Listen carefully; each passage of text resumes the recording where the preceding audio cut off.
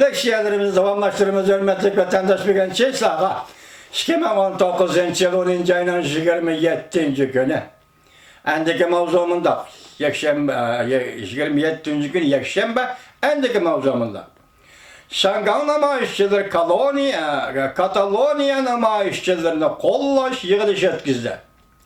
Şangal müstakilliği mavzusu yana münazara kozgıdı.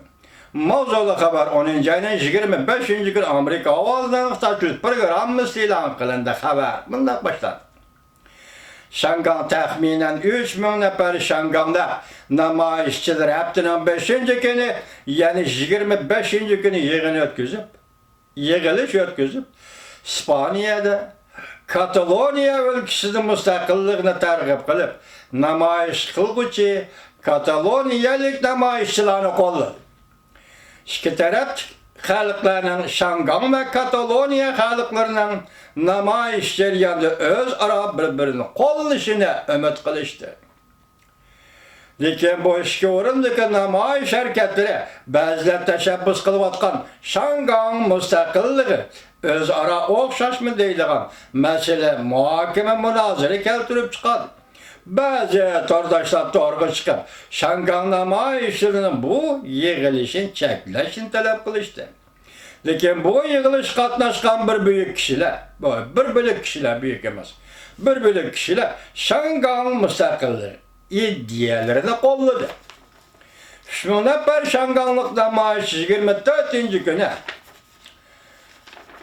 o'tgan haftaning yakshanba kuni kech soat 7 atrofida Jonxuan Shudabog'tisida avval dunyoning har qaysi joylarida qarshilik ko'rsatishlarda vafot bo'lganlarga 1 minut motam tutib orqadan Şangalni qaytirib olamiz. Bu davr inqilobi bu. deb shior to'lab, ya'ni shon sharaf sana qaytib keladi Şangal deydigan marshni ham to'g'riladi. Yig'ilish tashkilotchilar bunda ko'rsatdi. Yig'ilishda 3 xil maqsadimiz bor deyishdi. Birinchi, İspaniya hukumatining Kataloniyaning mustaqillik talablarini tez yo'l bilan bartaraf qilishini talab qilish. Ikkinchi, shu yerda Kataloniyalik soqchilarning zo'ravonligini ayblash.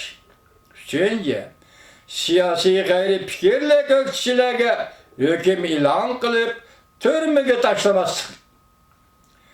Bu yig'ilish qatnashgan Şangallik namoyishchilarning ko'pchiligi yuziga niqob tortib niqoblandi yoki salohiyatni yo'shirdi. Yig'ilish qatnashgan Şangalliklar Kataloniyaning bayrog'ini lapildatdi. Shu yerda Kataloniyalik xalqning mustaqilligini qo'lga keltirish kurashlarida qo'lladi. Yig'ilish boshlanishdan burun Kataloniyadan kelgan 2 nafar mehmon yig'ilishga yetib keldi. Ular muxbirning kamera bilan ziyorat qilishini rad qildi. Qabul qilmadi, lekin ular yaqindan bir Şangal namoyishchilarining qarshilik ko'rsatishlaridan g'ayratidan ta'sirlanganligini bildirishdi. Shunlashqa yig'ilish qilib hurmatini ifodalaganligini bildirishdi. Ular bunday deyishdi. Kataloniya mustaqillik harakati boshlanildi. Mustaqillik harakatiga rahbarlik qilgan 9 nafar doimizga ayrim oldi 9 yildan 13 yilgacha qamoq jazosi berildi. Ular Şangal namoyish qiluvchilarning hech bo'lmaganda referendum umumiy xalq bilan tashlashni muvaffaqiyatli qo'lga keltirishni umid qiladiganligini bildirishdi. Xalq ra'yi bilan Şangalda siyosat taraqqiyotining kelar nishoniga qadam tashlashni umid qilishdi. Yig'ilish qatnashgan aziz mehmonlar qatorida Şangal Millat Partiyasining tashkilotchilarining biri Qin Haotian sahnaga chiqib fikr bayon qilganda namoyishchilarni yetaklab yig'in qatnashgan yana boshqa ayrim kishilar Şangal tili bilan Şangal mustaqil dedi unlik shior to'ldi. Şangal mustaqilligini qo'llaydigan e'tiqodli kishi Jim Apandi bunda ko'rsatdi. Şangan halkı artıkça endişeli bulması lazım.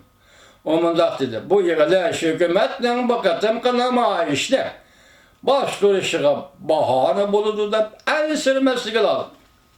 Şangan müstakilliği talep kılmaydıgan 30 yaşlı o efendi mundaq görsetti. Kataloniya bilen Şangan'ı birleştiriş, Şangan'ın müstakilliği talep kılganlığı beraber bulmaydı. O mundaq dedi, iki taraf halk zulüm uçravatılar. Bolup mu yaşla zulüm uçravatılar. Şunlaşkan ben oturduğu çıkıp Şangan yaşlarını kolludum. O efendi mundaq dedi. Şangan hükümeti neme müstakillik, neme undaq emas. Ayırıp alalığını yok. Hükümet bizden yüzümüz baş kırışımızı yol koymayıvatıdı. Bütün hukukumuzu tartip almakçı buluvatıdı. Şunlaşka biz oturduğu çıkıp yığılışka namayış katmıştık. Bizden taleplerimiz, yani Şangan halkının talepleri, özümüz baş kırıştık.